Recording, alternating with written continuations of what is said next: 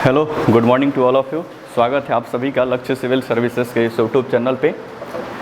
आज के इस लेक्चर के माध्यम से स्पेशली हम बातचीत करेंगे 67th के मेंस के लिए क्या एक फुल प्रूफ स्ट्रेटजी आपकी होनी चाहिए। किस दिए हुए मात्र 75 से 80 दिन या बोले तो इस 3 माह जो लगभग आपको मेंस का टाइम मिला हुआ है, इस 3 मंथ के अंतर्गत किस प्रकार से आप अपने पूरे सिलेबस को कंप्लीट करते हुए किस तरह से एक मेंस का एक पूरी तरह से आप तैयारी कर सकते हैं और एग्ज़ाम को एक काफ़ी कॉन्फिडेंस के साथ अपीयर कर सकते हैं, उन सारी चीज़ों पे बातचीत करेंगे। सबसे पहले कट ऑफ को लेकर तो काफ़ी चर्चा में है कि कट ऑफ क्या जाएगा। अब एग्ज़ाम जब समाप्त हुआ था तब की कट ऑफ का जो रिव्यू आ रहा था यूट्यूब पे उसको देखे होंगे। उसके बाद से अब कुछ और रिवाइज़ कट ऑफ आप लोग देने लगे यूट्यूब चैनल के ही अगर बात करें तो सब लोग रिवाइज़ देने लगे हैं। रिवाइज इन द सेंस कि जब एग्ज़ाम कंप्लीट हुआ था तो उस समय कट ऑफ जो भी यूट्यूब चैनल था वहाँ से 100+ ही चर्चा हो रहा था कि कम से कम जनरल का कट ऑफ तो 100 के आसपास जाएगा। अब उसी के रिगार्डिंग अपना देख लेना है कि अब जनरल का कट ऑफ 100 है तो 3-4 नंबर ओबीसी का कम होगा, फीमेल्स का 4-5 नंबर और कम हो जाएगा। लेकिन धीरे धीरे जैसे एग्जामिनेशंस का आंसर किया गया आयोग के द्वारा और उसके बाद से जिस तरह से फिर चर्चाएँ स्टार्ट हुई, फिर से दोबारा लोगों का मानसिकता मतलब चेंज हो गया है कट ऑफ के ऊपर। अभी के डेट में आप यूट्यूब उठाकर देखेंगे तो जितने सारे कट ऑफ अभी आपको दिखाए जा रहे हैं सब लगभग वो 100 के आसपास और 100 के नीचे भी कुछ मतलब वो आने लगे हैं। रीज़न इसका ये है कि अगर पीछे के 66 के एग्जामिनेशंस को छोड़ दिया जाए, जो प्रीलिम्स का एग्जामिनेशन जहाँ पे जनरल का कट ऑफ 108 चला गया था और जनरल के अंतर्गत ही फीमेल का कट ऑफ यहाँ पे 100 था, ओबीसी का कट ऑफ लगभग 104 था 66 की अगर बात करें तो, उसको अगर छोड़ दिया जाए तो 64 या फिर अगर बात करें तो 65, 63, उसके पहले जाएंगे तो जनरल का कट ऑफ लगभग आपको 97, 95, 96 इसी के अराउंड मतलब कट ऑफ आते रहा है। यद्यपि 64th की अगर बात करें तो 64th में लगभग 1400 सीट था, वहाँ पे 1400 सीट के लिए वैकेंसी निकला हुआ था, काफ़ी बड़े पैमाने पे था। तो कुछ लॉजिक ये दिया जा सकता है कि सीट ज़्यादा था और रिजल्ट ज़्यादा आया तो वहाँ पे मतलब ज़्यादा लोगों का सिलेक्शन हुआ तो हो सकता है कि कट ऑफ नीचे चले जाए। लेकिन 65 की बात करें तो 65 में मात्र 450 के आसपास अराउंड सीट था और उसी हिसाब से फिर रिजल्ट प्रकाशित हुआ था। आपको पता है 10 से 12 गुना रिजल्ट आना है, तब भी 96 या 97 के अराउंड ही कट ऑफ बना हुआ था। 66 का भी कट ऑफ जो पहले लोग एक्सपेक्ट किए थे कि कट ऑफ 96, 97 इसी के अराउंड आएगा, लेकिन फिर 66 का जब फाइनल प्री का रिजल्ट आया तो उसमें कट ऑफ लगभग आपको 108 देखने को मिला। अब इसके साथ कंडीशन ये था कि आपको पता है कि 66 में एक दो सेंटर पे जहाँ पे थोड़ा सा धांधली हो गया था तो फिर वहाँ पे दोबारा वहाँ पे एग्ज़ाम कंडक्ट कराया गया और तुलना करें पहले के पेपर से तो वहाँ पे जो बच्चे दे रहे थे पेपर थोड़ा सा वो इजी था।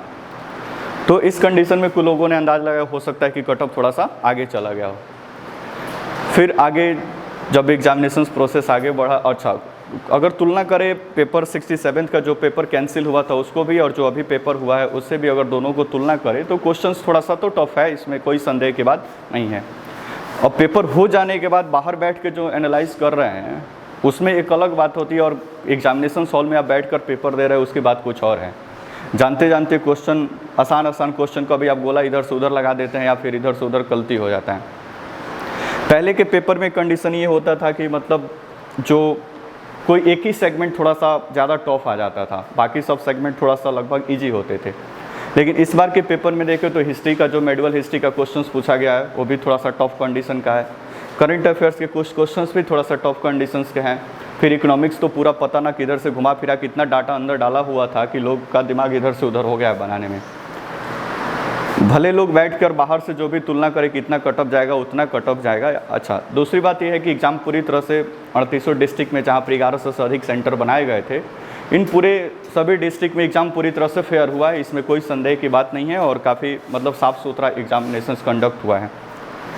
अब 67 में जैसे पेपर के लेकर इतना विवाद हुआ और वहाँ से तो ऐसा मतलब उम्मीद तो किया जा सकता है कि इसके पहले अगर होता होगा तो थोड़ा सा बहुत बार्गेनिंग तो चलता होगा, लेकिन इस बार ये सारी चीज़ें आपको देखने को नहीं मिली हैं।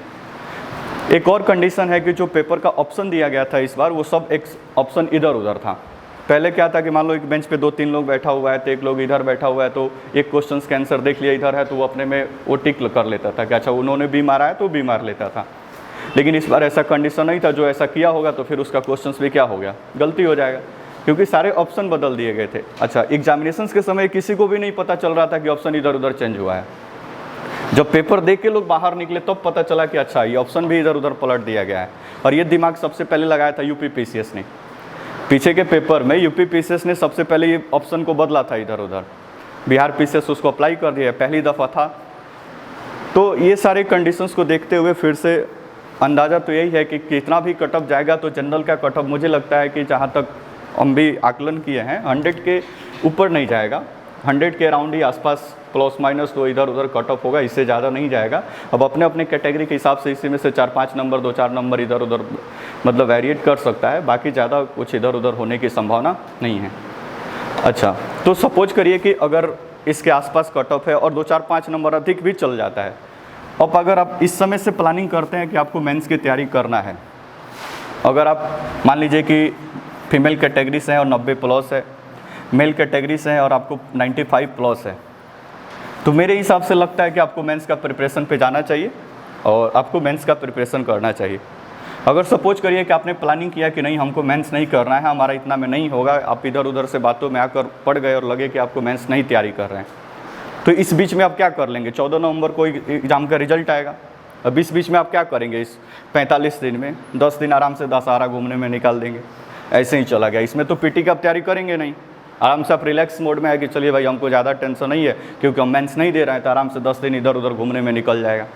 आगे दिवाली और छठ आ रहा है, तो दिवाली छठ आएगा तो 10 दिन इसमें आपका चला जाएगा, तो 40-45 दिन में से ये 15-20 दिन तो इधर ही चला गया। तो 15-20 दिन चला गया, आप इसमें कुछ पढ़े भी नहीं, कुछ आउटपुट भी नहीं निकाले, और इस कंडीशन में आप इतना टाइम आपने क्या कर दिया, बर्बाद कर दिया। इसी टाइम को अगर यूटिलाइज करके आप पढ़ लेते हैं मेंस, और मेंस के जीएस पेपर 1, 2 और हिस्ट्री आपका ऑप्शनल का पेपर है उसका तैयार कर लेते हैं, तो सपोज करिए अगर कट ऑफ बहुत आगे चला जाए, 102, 3, 4, 5 बन जाए, आप एक उम्मीद करते हैं कि मान लीजिए कि रिजल्ट से आप इधर उधर कुछ हो जाए, लेकिन आपको पता है कि नेक्स्ट जो पेपर होने वाला है, नेक्स्ट पेपर 8 जनवरी को प्रस्तावित है 68 का प्री। अब 68 का प्री जो 8 जनवरी को प्रस्तावित है, तो फिर इसके लिए तो आप मान लीजिए कि आप बाहर भी होंगे तो 2-4-5 नंबर से बाहर होंगे। अब ऐसा थोड़े है कि इस समय 10-20 नंबर आपका कम होगा और फिर आप मेंस की तैयारी में लगे हैं। अब इस 2-4-5 नंबर को टेकअप करने के लिए अब आपको नहीं लगता है कि उधर 1.5 माह जो समय बचा हुआ है, वो 1.5 माह में समय में आप 4-5 नंबर आराम से बढ़ा के 100 प्लस तो 68 में आराम से कर सकते हो, उसमें तो कोई मतलब दिक्कत ही नहीं होगा। अच्छा, जो मेंस का तैयारी अभी आप पेपर 1, 2 और ऑप्शनल का करेंगे, मान लीजिए कि 45 दिनों तक आप इसका प्रिपरेशन किए, एक अच्छा खासा नॉलेज आपका हो जाएगा पेपर 1 पे, एक अच्छा खासा नॉलेज हो जाएगा पेपर 2 पे, और ऑप्शनल का भी सिलेबस लगभग आप ठीक ठाक कंडीशन में पहुंचा चुके होंगे।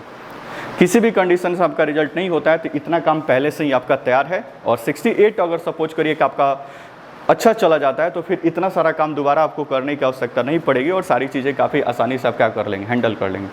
हालांकि ऐसा उम्मीद नहीं है कि 100 के उस पर कट ऑफ जाएगा, 100 के इस पर ही कट ऑफ रहेगा, और रिजल्ट भी तो मान लीजिए कि 800 सीट है तो लगभग 10% तो बोलता है, लेकिन वो कैटेगरी को सब इधर उधर काउंट करके लगभग 12,000 से 13,000 के राउंड पूरा मेंस का रिजल्ट आएगा। अच्छा, कुछ लोग ऐसे आपको मिलेंगे मार्केट में कि उनका 110, 115, 120, किसी का तो 125 भी है, उसमें कोई संदेह की बात नहीं है। अब 125 है तो सभी किसी का 125 नहीं है ना भाई, बहुत मतलब rare of the rare case में 2, 4, 5, 10 लोग ऐसे होंगे जो मतलब 5-10 साल से केवल पीटी ही पढ़ रहे हैं, तो उसमें कोई संदेह नहीं है भाई, उनका 125 हो भी सकता है भाई, वो सब रट के बैठे हुए हैं, जिसके लिए अब आप थ्योरी पढ़ के संघर्ष करते हो उसके लिए वो रट के बैठे हुए, तो कोई दिक्कत नहीं 125। लेकिन आपको भी पता है कि 125 लाएँ चाहे 145 लाएँ, आप कट ऑफ से 1 नंबर से भी अधिक हैं तो फिर कट ऑफ पे भी है, अगर 90 कट ऑफ है आपका 90 है तब भी आपका उतना ही वैल्यू है, और 145-50 में 145 भी लाए तो उसका भी उतना ही वैल्यू है।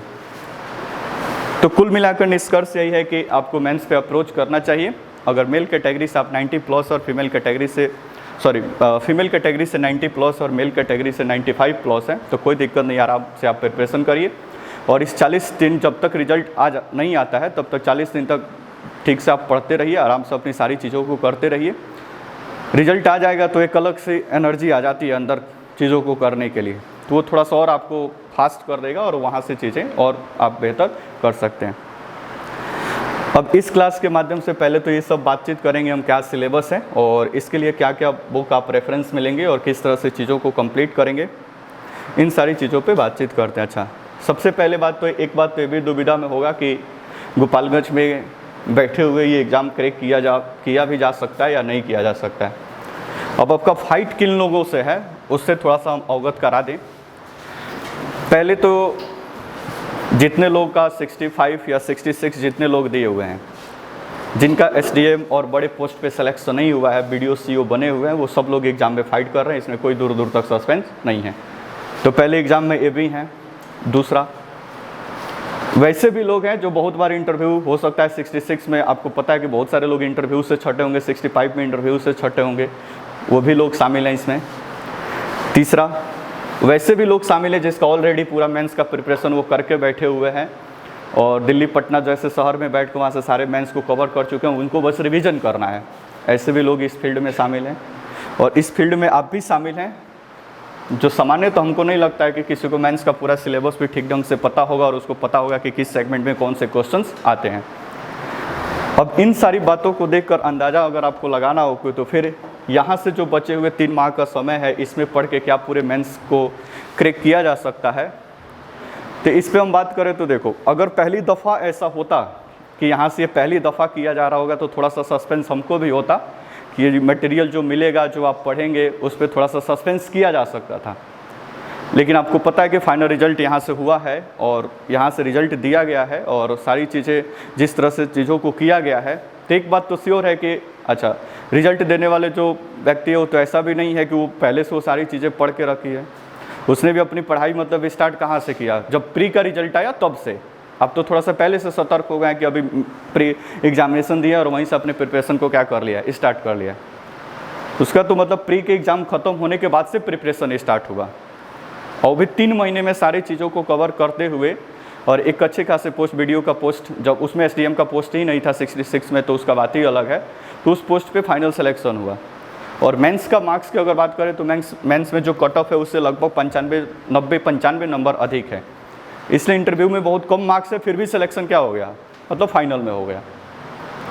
तो कुल मिलाकर इस बात से निष्कर्ष तो यही निकाला जा सकता है कि मटेरियल और जो भी चीज़ें यहाँ से बताई जाएंगी उसमें कोई संदेह नहीं है। अब आपके ऊपर डिपेंड करता है कि आप उसको मेहनत करके कितना अचीव कर लेते हैं और किस तरह से आप आंसर राइटिंग करते हैं, आपको एट ए टाइम जितना वर्क दिया जाता है उतना कर पाते हैं कि नहीं कर पाते हैं। ये सारी चीज़ें अब आपके ऊपर डिपेंड करेगी कि किस तरह से उन चीज़ों को हैंडल करते हैं। इतने बड़े सर्विस की तैयारी करने के लिए अब यहाँ से सोचेंगे कि थोड़ा सा मस्ती वगैरह करते हुए एग्जामिनेशन को निकाल लेंगे, तो ये कतई पॉसिबल नहीं है। क्योंकि जो बच्चे दिल्ली और पटना में पढ़ रहे हैं ना, वो पूरी तरह से एकदम घर द्वार छोड़ के सब उधर ही बस गए हैं पढ़ाई करने के लिए। ठीक है, 2-4 दोस्तों से बात हो रहा था जो अभी पटना में थे, तो कुछ लोग इधर उधर सब निकल गया है कि अपना घर तो छोड़ दिया लो, इतना तो श्योर है। मान लो कोई घर पे था तो अपने ही होम टाउन में चला गया है कि चलो भाई घर से अलग रहेंगे, कि वहाँ पे ज़्यादा टेंशन है, इधर उधर की बातें हैं और ये तमाम चीज़ें, तो सबसे कट कर अलग रहना है और सारी चीज़ों को क्या करना है, आगे बढ़ाना है। अब इसी में आप सोचेंगे कि सब काम साथ साथ में चलते रहे, लोग का पार्टी फंक्शन भी एंजॉय करते रहे, मेला भी घूमते रहे, दिवाली छठ भी मनाते रहे, तो फिर अगले साल भी 68 तो होना ही है, इसमें तो सही संदेह है नहीं, 8 जनवरी को होना है। तो अगले साल एज ए ऑफिसर अपने आप को देखना चाहते हैं तो इस बार के तो पर्व त्यौहार को कम से कम भूल जाइए। अगले बार मार्च में आपको पता है कि 67 का फाइनल रिजल्ट हो जाएगा। जिस तरह से इस बार का अध्यक्ष महोदय फास्ट फॉरवर्ड चल रहे हैं ना, इनके अध्यक्षता में जिन लोगों ने BPSC को क्रैक नहीं किया ना, तो आगे उनको बहुत पछतावा मिलेगा। और इनकी अध्यक्षता में 67, 68, 69 तीनों क्लियर होगा। इनका पूरा जिस तरह से ये चल रहे हैं, लोग इतना विवाद करते रहे कि सितंबर में एग्जाम होगा नहीं होगा, ये चुनाव है वो चुनाव है, नगर पालिका के चुनाव है, ये तो मतलब ठान के लग रहा था, बैठे हुए थे। पहले बोले 20-21 को होगा, ठीक है भाई 20-21 को दिक्कत है, UPSC का पेपर है, चलो भाई 30 सितंबर को लेंगे, लेकिन पेपर सितंबर में लेंगे क्योंकि 2-3 अक्टूबर से नगर पालिका का चुनाव हो रहा है। तो जिस प्रकार से जिद्दी प्रवृत्ति के व्यक्ति हैं ना, एकदम जो टाइम दे दिया उसी टाइम पे सारी चीज़ें होगी, सारे कैलेंडर जारी कर दिया गया है। 28 दिसंबर से आपका मेंस होगा, 1.5 महीने के अंतर्गत रिजल्ट आएगा, मिड फरवरी से आपका इंटरव्यू होगा और मिड मार्च तक आते आते आपका फाइनल रिजल्ट घोषित हो जाएगा। तो मात्र 5-6 महीना है। इस 5-6 महीने को पूरी तरह से इस ऑफिसर बनने की प्रक्रिया में आपने लगा दिया, तो फिर मार्च कंप्लीट होते होते आप एक ऑफिसर के रूप में बाहर निकलेंगे और इस 5-6 महीने को बर्बाद कर दिए तो फिर आप समझ लीजिए कि फिर वही प्रक्रिया है, प्री मेंस इंटरव्यू, ये प्रक्रिया क्या होगा, चलते रहेगा। 6 लाख लोगों ने फॉर्म भरा था, उन 6 लाख लोगों में लगभग 4 लाख लोग एग्जाम में अपियर हुए थे। उन 4 लाख लोगों में मात्र 10,000 लोग प्री में सेलेक्ट होंगे, जिसमें से आप भी सिलेक्ट होंगे। ये कोई आसान बात नहीं है। प्री को पढ़ने के लिए लोग कहाँ कहाँ कितने संसाधन, कितने पैसे, क्या क्या अपने समय वक्त सब बर्बाद करते हैं, फिर भी कई कई सालों तक प्री नहीं होता है। इसमें से बहुत सारे लोग हैं जो पहली बार प्री दे रहे हैं और पहली बार उसको क्रैक कर रहे हैं। ये अपने आप में कमीशन का पेपर है, कोई ग्रुप डी और एसएससी का पेपर नहीं है कि आप निकाल लिए तो हलवा टाइप का था और निकाल लिए। कमीशन का पेपर है। बिहार लोक सेवा आयोग यूपीएससी के बाद से सबसे टफेस्ट एग्जाम माना जाता है पीसीएस का एग्जाम। उस एग्जाम के आप प्री को निकाल लिए हैं, यानी एक बात तो श्योर है कि आपके अंतर्गत क्षमता है कि आप जोर लगाए तो मेंस भी कोई बहुत बड़ी बात नहीं है। बस ज़रूरत है तो एक सही गाइडलाइन के साथ सही चीज़ों को आप अच्छे से करते हैं तो कोई बहुत बड़ी बात नहीं है। कहीं पे भी आप अच्छा से आप अपने प्रिपरेशन को करते हैं तो अंतिम मुकाम तक पहुंच जाएंगे, कोई दिक्कत परेशानी नहीं होगी। जितने सारे मटेरियल्स वगैरह तमाम चीज़ें आपको अवगत कराया जाएगा और तमाम चीज़ों को बताया जाएगा। अगर मटेरियल्स यहाँ पे उपलब्ध नहीं होगा तो बाहर से मंगाया जाएगा। लेकिन किसी भी परिस्थिति में नोट्स के मामले में या फिर क्लास के मामले में या कोई ऐसा चीज़ जो बाहर हो रहा है, दिल्ली और पटना में हो रहा है, तो ऐसा कोई भी ऐसा चीज़ नहीं होगा जो वहाँ पे हो रहा है और आपसे वो चीज़ें क्या हो जाए, छूट जाए। क्योंकि लगभग दिल्ली में जितने, चूँकि हम लोग दिल्ली में पढ़े हैं तो दिल्ली के क्या कोचिंग का क्या स्ट्रेंथ है, यहाँ पे क्या पढ़ाई होता है, कौन टीचर क्या पढ़ा सकता है, सारी चीज़ें पता है। दिल्ली के टॉप क्लास के टीचर के टॉप नोट्स सारे यूपीएससी की तैयारी में वो सारे नोट्स रखे हुए हैं। तो उन सारे नोट्स का आप इस्तेमाल करके आप गोपालगंज में पढ़ रहे हैं, लेकिन ये कतई मत सोचिए कि आपका नोट्स उस लेवल का नहीं है। वो दिल्ली का नोट्स और सबसे सुपर टीचर का नोट्स है। आप हिस्ट्री ऑप्शनल भी पढ़ेंगे तो हिस्ट्री ऑप्शनल कोई अरे गहरे टीचर का नोट्स नहीं है। द स्टडी के डायरेक्टर मणिकांत सिंह का जो सबसे टफेस्ट, मतलब हिंदी माध्यम के सबसे बेहतरीन टीचर हैं हिस्ट्री के, उनके क्लास नोट्स और उनके प्रिंटेड मटेरियल्स को आप इस्तेमाल करने वाले हैं। समझ रहे हैं ना? तो इस तरह से दिमाग में एक तो ये धारणा नहीं लाना है कि यहाँ से होगा कि नहीं होगा। आपके ऊपर डिपेंड करता है। आप अगर मेहनत करते हैं, यहाँ से दिए गए चीज़ों को फॉलो करते हैं तो होना होगा तो यहाँ से भी हो जाएगा, नहीं होना होगा तो दिल्ली पटना जाकर भी कुछ विशेष फायदा नहीं मिलेगा। एक तो संसाधन खर्च होगा, किसी भी कोचिंग का फी हमको नहीं लगता है कि 30-40 हज़ार से कम होगा, पहली बात। दूसरा, आपको शहर से दूर रहना पड़ेगा। किस भीड़ में आप जाकर बैठेंगे, आप एट ए टाइम जो क्वेश्चंस लिखे वो चेक करने वाला है भी कि नहीं है, इस पे भी सस्पेंस है। आपका जो कॉपी चेक कर रहा है वो चेक करने वाला कौन है, इस पे भी सस्पेंस है। क्योंकि बड़े बड़े कोचिंग में कोई टीचर कॉपी चेक नहीं करता है, वो सब असिस्टेंट रखा हुआ है, लो अपने 4-5 लोग चला है, उसी में से वो सब लोग कॉपी को क्या कर रहा है, चेक कर रहा है।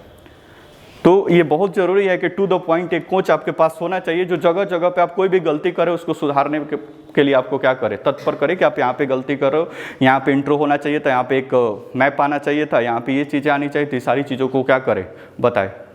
ठीक है, तो वो सारी चीज़ें यहाँ से रहने से ये फायदा है कि वो टच में रहेंगे और सारी चीज़ें टू द पॉइंट आपको करा दी जाएगी। अब चूँकि आप इतना मेहनत करके मेंस दे रहे हैं तो जाहिर सी बात है कि उतना मेहनत हमको भी करने की आवश्यकता पड़ेगी, क्योंकि बहुत सारी चीज़ों को और नोट्स को अपडेट करके सारी चीज़ों को आपको बताना पड़ेगा और ये तमाम चीज़ें मतलब रेगुलर बेसिस में करना होगा। टाइम, अब अकेले यहाँ पे इन सारी चीज़ों को मैथ रीजनिंग पढ़ाने वाले तो टीचर हैं यहाँ पे, लेकिन ये जीएस का जितना सेगमेंट वो सारे अकेले हम ही को करना होता है। आपकी कॉपी भी हम ही को चेक करना है। अब ऐसे तो किसी को कॉपी चेक करने के लिए भी नहीं दिया जा सकता है। अब किसी एसएससी वाले बच्चे को थोड़े ना दे देंगे कि चेक कर लो, पटना कलम पे क्वेश्चंस लिखा हुआ है, पॉसिबल ही नहीं है, वो कुछ चेक ही नहीं कर पाएगा। या सपोज करें कि हमारे रेंज का जो है उसको हम दे भी दिए तो फिर हमको विश्वास नहीं हो पाएगा कि वो किस तरह से कॉपी चेक किया। एक बार हमको देखना ही पड़ेगा आपको आगे गाइड करने के लिए कि आप इस तरह से पढ़ाई करें।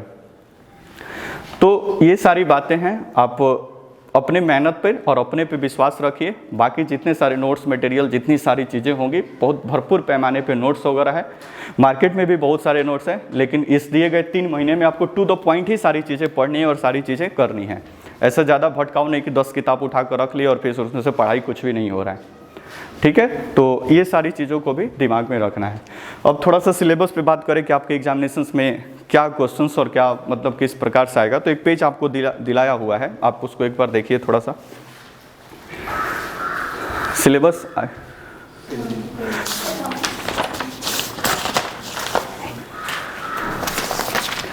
इस फैन को चलो, इधर वाला उसको ऑन कर दो, वाईफाई को उसको ऑन करो। अच्छा, फैन चलो, इसको चलो, अरे कोई दबाओ ना, चलेगा। ठीक, देखिए पेज में, देखिए पेज में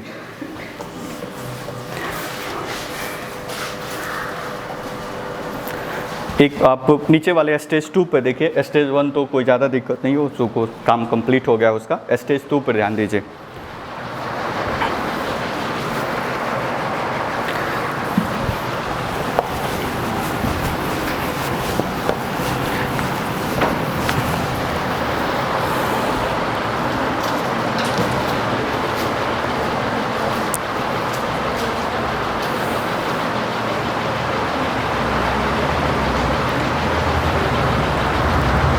चलिए बोर्ड पे देखिए, 1 मिनट इधर देखिए। देखो पूरा मेंस का, अगर बीपीएससी का मेंस की अगर बात करें तो पूरे मेंस में आपको पता है कि यहाँ पे टोटल 4 पेपर आपको देने होंगे। बोर्ड पर ध्यान दीजिए, टोटल 4 पेपर। सबसे पहले तो एक हिंदी आपको देना होगा जो आएगा 100 मार्क्स का। अच्छा, ये सभी पेपर 3-3 घंटे के होंगे, इसमें कोई संदेह नहीं है। हिंदी का पेपर भी 100 नंबर का आएगा, वो 3 घंटा का समय आपको मिलेगा। जो हिंदी का पेपर 100 नंबर का पहले आपका होगा, पहले यही पेपर होगा, ठीक है। ये पेपर का मार्क्स आगे आपके मेरिट से कोई लेना देना इसको नहीं है। ये पेपर केवल क्वालिफाइंग नेचर का है और इसको केवल पास कर जाना है मात्र 30% मार्क्स से।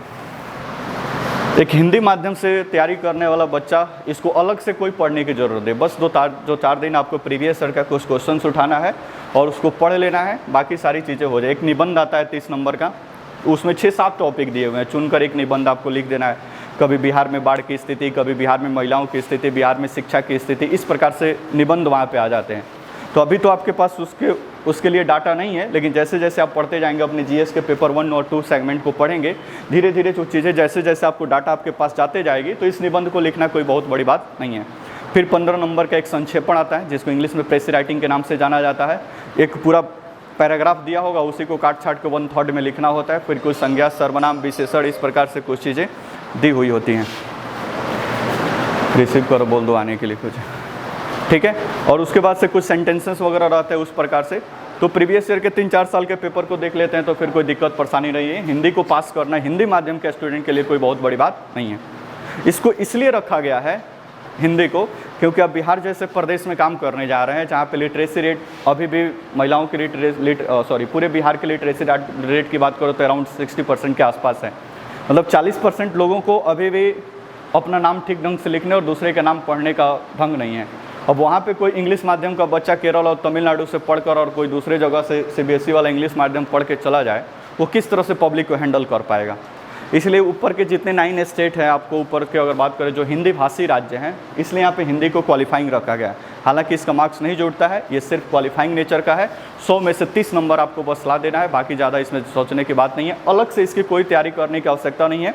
आप जो चीज़ें पेपर 1-2 के लिए पढ़ेंगे, वही चीज़ें आपको निबंध वगैरह इधर उधर करके चीज़ों को लिख देने में पड़ेगा। बाद में चलकर 2-4 दिन या फिर 1-2 टेस्ट हो जाएगा इसके लिए, और फिर 2-4 दिन में इन सारी चीज़ों को हैंडल कर लेंगे, कोई बहुत बड़ी बात नहीं है। नेक्स्ट पेपर बोलते हैं GS1 पेपर। अब इसमें टोटल 3 सेगमेंट है GS पेपर 1 के अंतर्गत। एक है मॉडर्न हिस्ट्री, और मॉडर्न हिस्ट्री के साथ साथ इसी में आर्ट एंड कल्चर, यानी आर्ट एंड कल्चर के कुछ टॉपिक हैं। दूसरा इसमें से सबसे चैलेंजिंग पोर्शन है वो है करंट अफेयर्स, और एक तीसरा है DI का प्रश्न, डाटा इंटरप्रिटेशन, या इसी को एस्थेटिक्स के नाम से जाना जाता है। ये टोटल 3 सेगमेंट है। अगर बात करें हिस्ट्री या फिर इस सेगमेंट से, तो टोटल 6 क्वेश्चंस आपके प्रश्न पत्र में आएंगे। कितने? 6। इसमें से सेलेक्ट करके 3 क्वेश्चंस आपको क्या करना है, लिखना है। और प्रति क्वेश्चंस जो होगा वो 38 मार्क्स का होगा, यानी टोटल मिलाकर ये कितना मार्क्स का हो गया? 114। अब ये सेगमेंट काफ़ी आसान है पेपर 1 के अंतर्गत। ये फर्स्ट वाला जो मॉडर्न हिस्ट्री और आर्ट एंड कल्चर का सेगमेंट है। अब आप सोच कर देखिए कि 6 क्वेश्चन में आपको चुनकर 3 क्वेश्चन लिखना है, और एक क्वेश्चन 38 नंबर का 114 मार्क्स का ये टोटल होगा। यहाँ पे मुश्किल से 15 सेलेक्टिव क्वेश्चंस आपको करना है, ज़्यादा नहीं, 15 सेलेक्टिव करना है। और उस 15 में से ये 6 कहीं ना कहीं होगा, उसमें से जो बेहतर आप 3 जानते हैं उसी में से इसको क्या कर देना है, लिख देना है। बीपीएससी का मेंस यहाँ पे ज़्यादा दिमाग और ज़्यादा सोचने वाले लोगों का वो फेल कर जाते हैं।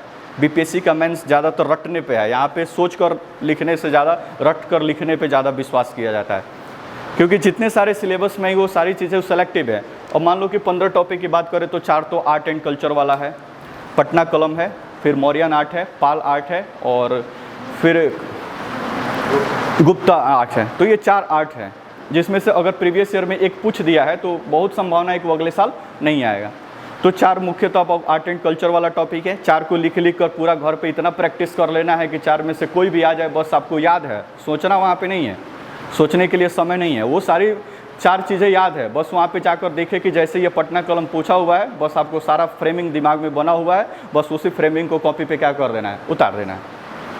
4 ये टॉपिक है, एक इसमें से फंस जाएगा। 2 टॉपिक है मूवमेंट को लेकर, एक बिरसा मुंडा का मुंडा विद्रोह है और एक संथाल विद्रोह है। अल्टरनेट करके हर एक साल में एक ना एक आना ही है, या तो बिरसा मुंडा आएगा या फिर संथाल विद्रोह आएगा। इन दोनों के साथ 2 टॉपिक और ऐड हो जाता है। एक आपको बिहार में कैसे एजुकेशन का डेवलपमेंट हुआ, ये एक टॉपिक है, और बिहार में साइंस एंड टेक्नोलॉजी का किस प्रकार से बढ़ावा मिला और इंजीनियरिंग कॉलेज वगैरह किस तरह से आगे बढ़ा, ये एक टॉपिक है। तो 4 इधर और 4 इधर, कितने 8 टॉपिक हुए। एक टॉपिक आपका 1857 की क्रांति है, काफ़ी इंपॉर्टेंट है पेपर 1 के लिए। 1857 की क्रांति के बाद एक ही बार आप जंप मारते हैं, पहुंच जाते हैं चंपारण सत्याग्रह। महात्मा गांधी का बिहार में अप्लाई हुआ तो चंपारण सत्याग्रह, चंपारण सत्याग्रह के बाद से असहयोग आंदोलन, असहयोग के बाद से सविनय अवज्ञा आंदोलन, सविनय अवज्ञा के आंदोलन के बाद से भारत छोड़ो आंदोलन। इन सभी में पूरा ओवरऑल नेशनल पढ़ने के बाद बिहार का इनपुट सभी में शामिल करना है। आपको 1857 की क्रांति पूछेगा तो 1857 की क्रांति का बिहार में का योगदान रहा, असहयोग आंदोलन का बिहार का योगदान, अब भारत छोड़ो आंदोलन में बिहार का योगदान, तो ये सारी चीज़ों में बिहार इंक्लूड रहेगा। आपको जो नोट्स और मटेरियल सारी चीज़ें मिलेंगी, उसमें आपको तो एक बार बिहार स्पेशल का कोई बुक होगा, वो सारी चीज़ों को वहाँ से क्या कर लेना है, अटैच कर देना है। तो ये तो पहला सेगमेंट हुआ आपको हिस्ट्री आर्ट एंड कल्चर। इसमें ज़्यादा परेशानी की बात नहीं है, आप चूँकि ये हिस्ट्री ऑप्शनल का तैयारी करेंगे तो ये और ईजी हो जाएगा आपके लिए, और काफ़ी आसान तरीके से आप इसको क्या कर लेंगे, हैंडल कर लेंगे। इसका दूसरा सेगमेंट है करंट अफेयर्स। ये काफ़ी मतलब चैलेंजिंग पोर्सन है, नेशनल, इंटरनेशनल और साथ ही साथ स्टेट के भी कुछ करंट अफेयर्स इसमें आ जाते हैं। अब इसके लिए आपको जो नोट्स और मटेरियल बताया जाएगा, अब इसमें देखो करंट अफेयर्स के लिए विजन आईएएस का नाम सुने होंगे आप, दिल्ली में ये कोचिंग इंस्टीट्यूट चलता है विजन आईएएस का। अब इसके मटेरियल को अप्लाई करना है इसमें, क्योंकि ये काफ़ी ब्रॉड एरिया है। अब मंथली मैगजीन, हमको नहीं लगता है कि अभी तक कोई आप मंथली मैगजीन वगैरह ज़्यादा फॉलो करते होंगे, तो एक तो मंथली मैगजीन आपको पढ़ना पड़ेगा। यहाँ से लेकर जब तक एग्ज़ाम कंप्लीट होता है तब तक आपको एक मंथली मैगजीन पढ़ना पड़ेगा, और ख़ास तौर पे ये जो मंथली मैगजीन होगा वो विजन आईएएस का मंथली मैगजीन होगा। इसका कोई तोड़ नहीं है, अभी तक के एग्जामिनेशन प्रोसेस को देखा जाए तो विजन आईएएस का मैगजीन जिस तरह से लिखा जाता है, ज़्यादा आपका सोचने की क्षमता नहीं है, फिर भी वो इस प्रकार से सारी चीज़ों को फ्रेम किया जाता है कि आप आसानी से उन चीज़ों को पढ़कर क्या कर सकते हैं, समझ सकते हैं। उसके साथ साथ अब चूँकि इस करंट अफेयर्स के अंतर्गत अंतर्राष्ट्रीय खबरें और अंतर्राष्ट्रीय रिलेशंस, इंटरनेशनल रिलेशन से खबरें आती हैं, तो इसके लिए भी विजन आईएएस का 2 प्रकार से नोट्स आता है, एक पीटी 365 आता है और एक मेंस 365 आता है, और काफ़ी फेमस है पूरे भारत में। कोई भी सिविल सर्विस की तैयारी करने वाले लोग विजन का टेस्ट सीरीज और विजन का करंट अफेयर्स का मटेरियल, इसका कोई तोड़ ही नहीं है अभी तक। बहुत सारे कोचिंग इंस्टीट्यूट्स हैं, लेकिन इनका जो मटेरियल्स है वो काफ़ी लेवल का माना जाता है, टेस्ट सीरीज और बाकी चीज़ें। तो आगे 1-2 और बुक्स हैं, उसको लास्ट में हम डिस्कस करेंगे कि कौन कौन सा और किस प्रकार से आपके पास पहुंचेगा और उसकी क्या प्रक्रिया होगी, उसके आगे बात चल। करंट अफेयर्स के अंतर्गत भी टोटल आपको 6 क्वेश्चंस मिलेंगे, जिसमें से सेलेक्ट करके आपको 3 क्वेश्चंस क्या करना है, लिख देना है। अब इस 3 क्वेश्चंस भी होगा टोटल, एक क्वेश्चन कितने मार्क्स का, 38 मार्क्स का, यानी वे टोटल कितना हो जाएगा, 114 मार्क्स का।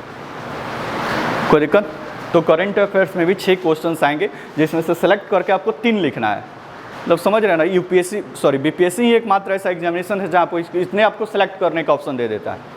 यूपीएससी देंगे तो 20 क्वेश्चन है, 20 आपको लिखना है, वहाँ पे कोई छोड़ने ओढ़ने का संभावना ही नहीं है।